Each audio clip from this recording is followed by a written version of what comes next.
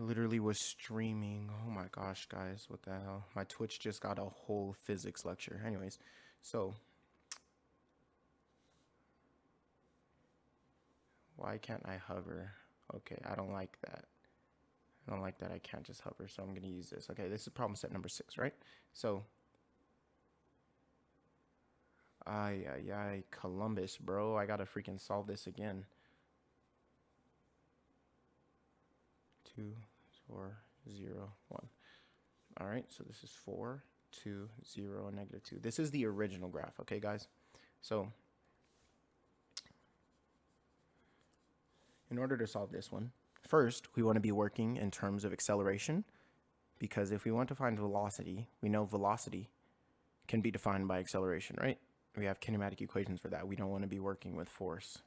And this is the force in newtons, right? So in order to convert this into acceleration, we use Newton's second law, which is force is equal to mass times acceleration. And we do algebraic manipulation, as seen in my previous videos. We have acceleration is equal to force divided by mass, right? So we go in this direction, and we see that acceleration is equal to dv over dt. In order to find these answers, we multiply by dt. In order to find velocity, we have dv is equal to a dt. When we integrate both sides, we have the integral of dv from v naught to vf. And we have this equal to acceleration, which would be constant in this situation, times dt, right? From t naught to t final. So this would be equal to a delta t. This would just be t evaluated from time naught to time final, and this is just equal to delta t, right? Oh my gosh, bro, my thing has these natural bounds, and it's kind of annoying. Oh my gosh, okay, so where's my freaking cursor? Oh, it's over there. I did not know where my cursor went. Okay, so after we figure that out, we get this VF plus VI, right? And we can move this to the other side, and we're left with this equation right here. So we'll use our equation, we'll use our values to find this, and I'll rewrite this part so you guys can see the work, okay? So let me erase this stuff. So we have effectively velocity final. So we'll calculate it in sections, right? Since this acceleration is different at each time. So we have velocity final is equal to velocity initial. We know it's at rest at 0, right? So velocity initial is equal to 0 meters per second, right? So we know the acceleration. Oh, we need to change our graph because force divided by mass is equal to acceleration. So we would divide everything by 2 kilograms, and we would get our new graph. So I'm going to change all these numbers to divided by 2. And now, effectively, we have a brand new graph for acceleration. It is really using the same graph, but we redefine the values, and now these are acceleration. Okay, so the acceleration is 2, 4, 3 minus 0. That's TF minus TI. So the delta T is equal to TF minus TI, right? So that's 3 minus 0. That's 3 seconds, right? So we have 3 times the acceleration, which is 2. So we have this number here. And VI is 0. This is meters per second. This is meters per second squared. That's to the -2, which just drops it to the bottom. I shouldn't write that. That might confuse some people. Meters per second squared, and this is in seconds, okay? And this is equal to VF. So we have effectively VF is equal to VI. No, VF is equal to 6 meters per second, okay? And since we're calculating them in sections, we could say now at this point our velocity is equal to 6 meters per second, correct? So we would take VF, which is 6 meters per second, to be our VI at this state. So in order to calculate the next one, this is from 3 to 5 seconds. So we have 5 minus 3 to find the delta t, which is 2. So we would effectively have VF is equal to VI, which was 6 meters per second, VI plus acceleration, which is -1, times delta t, which is 2. So effectively, you have negative 2 plus 6, or 6 minus 2, which will give you an answer of 4 meters per second. And since there's no acceleration up until 6 seconds, and we're assuming frictionless, then we can assume that it didn't lose any velocity. So this would be our final velocity. So the velocity in x at t is equal to 6 seconds is 4 meters per second, and the acceleration in x at t is equal to 6 is 0 meters per second. And that's the solution.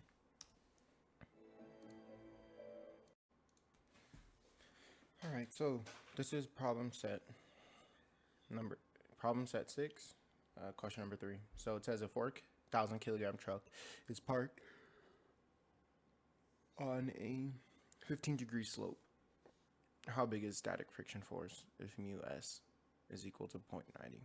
So right now we care about how much the x direction, right? We only care about the sum of forces in the x direction because it's moving left and right. You see here I have mass gravity, the force due to gravity pointing in this direction, and normal going up because I want our friction force to be going to the right, and we need to find the component that is moving this car in this x direction. So we need to do the sum of forces in the x is equal to, well, we have the sine component of gravity because it's so, right?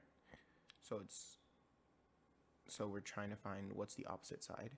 So we'd multiply by h. So we'd have hypotenuse times sine of the angle. Oh, sorry, this should be 15, is equal to opposite. So that will find this. So we have the opposite, which is in a negative direction, right? So we can write that right now. So we have minus mg sine of 15. And the force that's in this direction is static force. And we know the force due to static friction is equal to mu s times normal. So mu s times normal. All right. And in order to solve for, and this is equal to 0. So in order to solve for this, we can just move this to the other side. So we'd get mu s n times n is equal to mg sine of 15. So I'll calculate this and I will be right back. I opened the wrong one. Wow.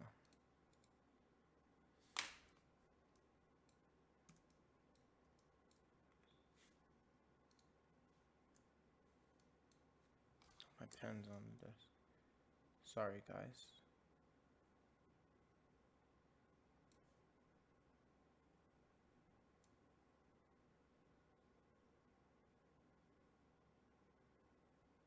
Okay, so we have here, this answer is equal to 1,156.05 newtons, and we can just round down, which is what the answer does, and we get mu s n is equal to 10,000. And if you wanted to solve for normal, you would just divide this answer by mu s. But it's just asking us for what the force due to static is. All right. Thank you. All right, so first of all, I'm going to do the calculus on how to solve this. So we're finding the area under the curve. Damn, I forgot I have to introduce the problem first because I bloopered. Okay, so this is problem set number 6, question 4. A 5 kilogram object initially placed at rest at time RT is equal to 0, the origin, is subjected to a force given by this graph that's shown here. What is the velocity at t is equal to 6 seconds? So you're going to need to know that force is equal to mass times acceleration. Give this. Force equal to mass times acceleration, and this is just Newton's second law, right? So we know that acceleration is equal to force divided by mass. And then this will give you the acceleration versus time graph. So I ended up doing that here. I divided by mass. This number here was 10, and I divided by 5. This number here was 5. I divided by 5. It turned into 1. So this is now your acceleration graph. So the calculus way to do this is you do the area under the curve. So you need to integrate.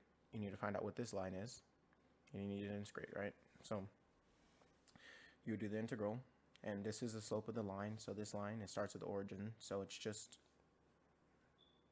2 over 4, which is a constant, and you do x evaluated from 0 to 4. This gives you x squared over 2 times 2 over 4, and then this is evaluated from 0 to 4. So we get the fundamental theorem in calculus, so we need to go 4 squared over 2. This is all minus 0 squared over 2. Then this is 16 over 2 minus 0, which is just 8. And we have to multiply this by the constant, which is half. And then we get the area under the curve for this section is 4 meters per second, because it's velocity, right? So this is the area under this curve right here. And the area under this curve is 0, because there's no area under the curve. It's just the line, right? So we can assume that the velocity at t is equal to 0 if there's no friction. It's 4 meters per second. That checks out. If you guys don't want a calculus solution, I can give you this solution that does not require any calculus. Technically. Fundamentally it does, but technically it doesn't. So you take this here, right? And you find the area under the curve, because the area under an acceleration graph is velocity. So this is a triangle, right? So we know a triangle, the area of a triangle is equal to half BH, half base times height, right? So, you know, half base is 4, height is 2. So we have 4 times 2, which is equal to 8 divided by 2. You just move this and multiply to the top, which is 4 meters per second. And that is your non-calculus solution. And that is what we want. All right. Thanks for sitting through this solution.